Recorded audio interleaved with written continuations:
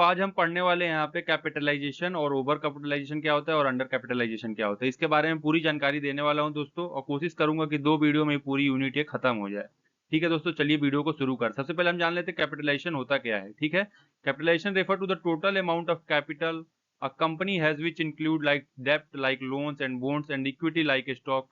It is essentially the value of company determined by its financial structure. दोस्तों यहाँ पे capitalisation का मतलब है सिंपल सादा कि कंपनी के पास कुल कितनी पूंजी है, कितना उसके पास अमाउंट है, मतलब कितना पैसा है। वो आपके लोन के फॉर्म में हो सकता है, मतलब डेब्ट के फॉर्म में हो सकता है, या इक्विटी मतलब स्टॉक के फॉर्म में हो सकता है। अगर नॉर्मली भाषा में बताऊं तो ये कंपनी के एक वित्तीय स्थिति को बताता है, मतलब कंपनी के फाइनेंशियल पोजीशन को कैपिटलाइजेशन बताता है। ठीक है, ये आप समझ में आ गया होगा आपको। अब आगे हम बात कर लेते हैं ओवर कैपिटलाइजेशन क्या होता है। Over capitalisation occur when a company has raised more capital than it efficiently use. This means the company might have more डेब्ट और इक्विटी देन नेसेसरी। यहाँ पे दोस्तों ये बताया गया है कि ओवर कैपिटलाइजेशन का मतलब ये होता है कि कंपनी के पास जरूरत से ज्यादा पैसा जुटा लिया गया हो, मतलब कंपनी ने अपने पास जितना जरूरत था उससे काफी ज्यादा पैसा जुटा लिया हो, तो उसको ओवर कैपिटलाइजेशन बोलते हैं। ठीक है दोस्तों, ये आपका कर्ज हो सकता है, हो सके आपने कर्ज ज्यादा ले लिया हो, या आप अपना शेयर का प्राइस बढ़ा के शेयर इशू करके, मतलब इक्विटी इशू करके अपना प्राइस बढ़ा लिया हो। मतलब सिंपल सादा ये है यहाँ पे ओवर कैपिटलाइजेशन का मतलब कि कंपनी के जरूरत से ज्यादा अपने पास पैसा इकट्ठा कर लिया। इसके कुछ कॉज और रेमेडीज हैं, उसको भी हम लोग डिस्कस करते हैं कि क्या होता है एक एक करके। ठीक है, पहले मैंने लिखा है ओवर एस्टिमेटिंग ऑफ अर्निंग। ठीक है, जब आप कंपनी में पैसा जुटा रहे थे दोस्तों अलग अलग फंड से, जैसे लोन ले रहे थे या फिर डेप्ट या फिर शेयर इक्विटी करके, तो उस समय आपने ओवर एस्टिमेट कर लिया, मतलब काफी ज्यादा एस्टिमेट कर लिया। कि सपोज डेट कि आपकी कंपनी की लागत 1,000 करोड़ की है और आपने एस्टिमेट किया है 3,000 करोड़, तो जो 2,000 करोड़ है वो आपने ओवर एस्टिमेट कर लिया कि ये इतना इतना भी लग सकता है। तो पहला कॉस्ट तो यहाँ पे सिंपल सादा यही है कि ओवर एस्टिमेट कर लिया अपने अर्निंग को।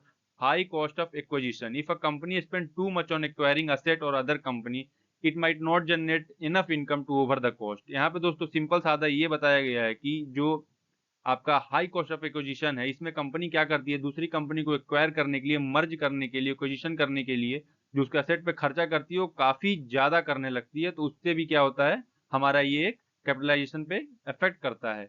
तीसरा पॉइंट दिया गया inflated stock issue, issuing too many share. मैंने आपको पहले ही बताया कि कंपनी क्या कही है कि बहुत ज्यादा शेयर इशू कर दिए, जिससे काफी ज्यादा पैसा उनके पास आ गया, वो भी हाई कॉस्ट में। सपोज दैट उनको करना था 1,000 शेयर इशू और उन्होंने क्या कर दिया, 10,000 शेयर इशू कर दिया, और वो भी हाई कॉस्ट में। तो उससे क्या होगा, ओवर कैपिटलाइजेशन हो गया, मतलब पैसे जो कंपनी में काफी ज्यादा आ गए, उसकी उतनी जरूरत नहीं थी। चौथा यहाँ पे इनसफिशियंट मैनेजमेंट, अगर मैनेजमेंट ठीक होता तो ओवर कैपिटलाइजेशन जाहिर सी बात है नहीं होता। कैपिटल जो है आपका पूंजी जो है उसका अगर सही इस्तेमाल हुआ होता, मतलब सरप्लस मैनर में हुआ होता, तो जो आपका पूंजी का ओवर कैपिटलाइजेशन ये किसी भी कीमत पे नहीं होता। तो ये तो मैंने 4 कॉज बता दिए। इसके रेमेडीज क्या है, इसको हमको सुधार कैसे कर सकते हैं। ठीक है, पहला इसमें दिया है मैंने रिड्यूसिंग डेप्ट, जितने लोन है उसको हमको तुरंत भर देना है। ठीक है, लोन को हम भरेंगे तो जाहिर सी बात है हमारे बिजनेस से पूंजी कम होगी, तो हम लोग अपने कैपिटलाइजेशन पे आ पाएंगे। ओवर कैपिटलाइजेशन को मतलब कम करने के लिए हमको पहला काम क्या करना पड़ेगा, रिड्यूसिंग डेप्ट को रिड्यूस करना होगा। दूसरा बाई बैक ऑफ शेयर, जो शेयर हमने इशू किया था ना हाई प्राइस में, उसको बाई बैक करें, मतलब खरीदें। ठीक है, जितने शेयर इशू किए हैं काफी शेयर को खरीद लें, इससे हमारा कैपिटलाइजेशन पे कंट्रोल आ जाएगा। ठीक है, ओवर कैपिटलाइजेशन पे। तीसरा है रिनोवेशन ऑफ असेट। ठीक है दोस्तों, इसको हम जान लेते हैं कि ये क्या कह रहा है। इसमें सीधा साधा दोस्तों ये बता रहा है कि जितनी भी कंपनी के पास संपत्ति है उसका मूल्यांकन करना, कि हमारे पास किस चीज का कितना अमाउंट है। ठीक है, मतलब किस सेक्टर में कितना अमाउंट है, हमारे पास असेट कितना है, हमारे पास लाइबिलिटी कितना है, हमारे पास लोन कितना है, हमारे पास डेप्ट कितना है, मतलब सारी चीज का मूल्यांकन करना। इससे जो चीज हम एलिमिनेट कर सकते हैं उसको करेंगे तो हमारा ये काफी कंट्रोल हो जाएगा ओवर कैपिटलाइजेशन। ठीक है, चौथा इंप्रूविंग मैनेजमेंट इफिशियंसी। ठीक है, अगर मैनेजमेंट हमारा दोस्तों सही रहेगा ना, तो हम जो आपका अंडर एस्टिमेटिंग ओवर एस्टिमेटिंग किए थे वो सब हम इंप्रूव कर सकते हैं, और बेटर यूटिलाइजेशन ऑफ रिसोर्स हो सकता है। और बेटर यूटिलाइजेशन ऑफ हमारा जो अवेलेबल कैपिटल वो करेंगे तो हमारा जो ओवर कैपिटलाइजेशन है वो थोड़ा डाउन हो सकता है, मतलब ओवर नहीं हो सकता है। ठीक है, होप करता हूँ इतनी समझ में आ गई होगी। आगे अंडर कैपिटलाइजेशन की बात कर लेते हैं। Under capitalisation occur when a company does not have enough capital to sustain its business और ऑपरेशन एंड ग्रोथ। इसका मतलब दोस्तों ये बताया गया है कि अंडर कैपिटलाइजेशन का मतलब ये होता है कि कंपनी के पास उतना पैसा नहीं है जितने से वो बिजनेस चला सके। सिंपल सादा मतलब यही है इसका, कि कंपनी के पास उतनी पूंजी नहीं है कि वो अपने बिजनेस को आगे रन कर सके फ्यूचर में और ग्रोथ कर सके, या हाई टेक्नोलॉजी के जो भी कुछ इक्विपमेंट्स हैं, ठीक है, उसको बाय कर सके। ठीक है, इसके कुछ कॉज हैं और इसके रेमेडीज हैं, उसको भी हम लोग देख लेते हैं। ठीक है, सिर्फ नॉर्मली है दोस्तों, आप लोग एक एक करके समझ जाएंगे। पहला इसमें under estimating of capital need, उसमें क्या था ओवर एस्टिमेटिंग, इसमें under estimating. Suppose that use है अगर 1000 मैन पावर की और आपने अंडर एस्टिमेट करके 200 मैन पावर लगाया, तो जाहिर सी बात है काम ज्यादा नहीं हो पाएगा, जिससे आप में प्रोडक्शन में कमी होगी, प्रोडक्शन में कमी होगी तो आप रेवेन्यू ज्यादा जनरेट नहीं कर पाएंगे। दूसरा यहाँ पे दिया गया लो initial investment.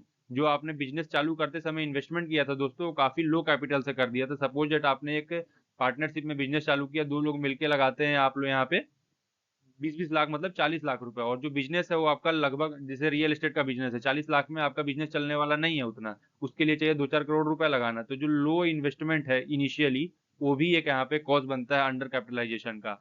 High dividend payment, paying off too much in invent defected the capital needed to the business operation. यहाँ पे दोस्तों ये बताया गया कि जो आपने शेयर इशू किया है उसके लिए डिविडेंड आपने जो शेयर होल्डर है उनको ज्यादा दे दिया है, वो भी आपको उतना नहीं देना चाहिए था, लेकिन आपने ज्यादा दे दिया है, मतलब हाई डिविडेंड पेमेंट, इससे भी आपका अंडर कैपिटलाइजेशन होने के पूरे पूरे चांसेस होते हैं।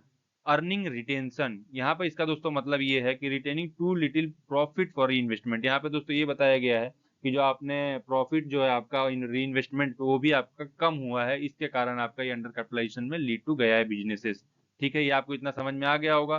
चौथा अगर हम बात कर लेते हैं दोस्तों यहाँ पे रेमेडीज फॉर अंडर कैपिटलाइजेशन, कैसे इसका सुधार कर पाएंगे। रेजिंग एडिशनल फंड, हमको ज्यादा से ज्यादा फंड को रेज करना है, वो हम लोन लेके करें, वो हम बॉन्ड इशू करके करें या इक्विटी इशू करके करें, हमको ज्यादा से ज्यादा लोन को रेज करना है। सिंपल सादा ये है दोस्तों, जो आपको ओवर कैपिटलाइजेशन में कॉज था, ठीक है, वो यहाँ पे रेमेडीज आ गया है, जो वहाँ पे रेमेडीज था यहाँ पे कॉज आ गया है। ठीक है, दूसरा है यहाँ पे री इन्वेस्टिंग प्रॉफिट, जो भी आपका प्रॉफिट आ रहा है उसको तुरंत के तुरंत बिजनेस में लगाते जाइए, ये नहीं कि कहीं खर्चा कर दिए बाहर। उससे क्या होगा, बिजनेस में लगाएंगे तो बिजनेस का डिमांड और सप्लाई बढ़ेगा, प्रोडक्शन भी बढ़ेगा, मैनेजमेंट भी इंक्रीज होगा, इससे आपका बिजनेस का ग्रोथ होगा और आपके पास फंड आएगा। ठीक है, तीसरा इसमें है इंप्रूविंग इफिशियंसी।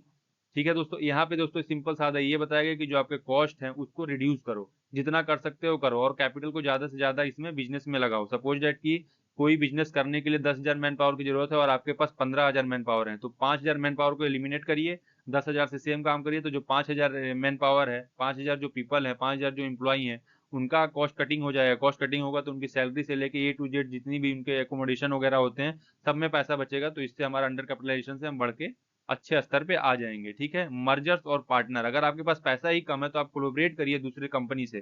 सपोज दैट मैं आपको आइडिया का एग्जांपल देता हूं कि अभी के टाइम पे आइडिया क्या हो रहा है, धीरे धीरे बंद हो रहा था, तो उन्होंने मर्ज कर लिया अपने आप को वोडाफोन से, तो दोनों मिलकर वोडाफोन और आइडिया होगा। इससे क्या होगा कि जो उनके पास कम पैसा था, दोनों मिलकर एक साथ काम करेंगे, तो दोनों अगर 50-50% लाते हैं तो टोटल 100% अमाउंट ले आएंगे एक बिजनेसेस के लिए। तो उससे क्या होगा, हमारा अंडर कैपिटलाइजेशन का जो प्रोसेस है वो थोड़ा सा डाउन हो जाएगा और काफी अच्छे स्तर पे हम आ जाएंगे। होप करता हूँ कि आपको ये अंडर कैपिटलाइजेशन, ओवर कैपिटलाइजेशन और कैपिटलाइजेशन समझ में आ गया होगा। एक बार मैं इसको गो थ्रू कर देता हूँ आपको बताने के लिए। कैपिटलाइजेशन का मतलब होता है सीधा साधा कि कंपनी के पास कितना पूंजी और डेब्ट के फॉर्म में हो सकता है, और लोन के फॉर्म में हो सकता है, इक्विटी के फॉर्म में हो सकता है। ठीक है, ओवर कैपिटलाइजेशन का मतलब कि जरूरत से ज्यादा पैसा आपने रेज कर लिया है कंपनी के लिए, ठीक है, अलग अलग तरीकों से। अंडर कैपिटलाइजेशन का मतलब है यहाँ पे सिंपल साधा है कि कंपनी को चलाने के लिए आपके पास उतना पैसा नहीं है जितना होना चाहिए। यही नॉर्मली था दोस्तों इसमें। तो चलिए मिलते हैं अगली वीडियो में, तब तक के लिए जय हिंद।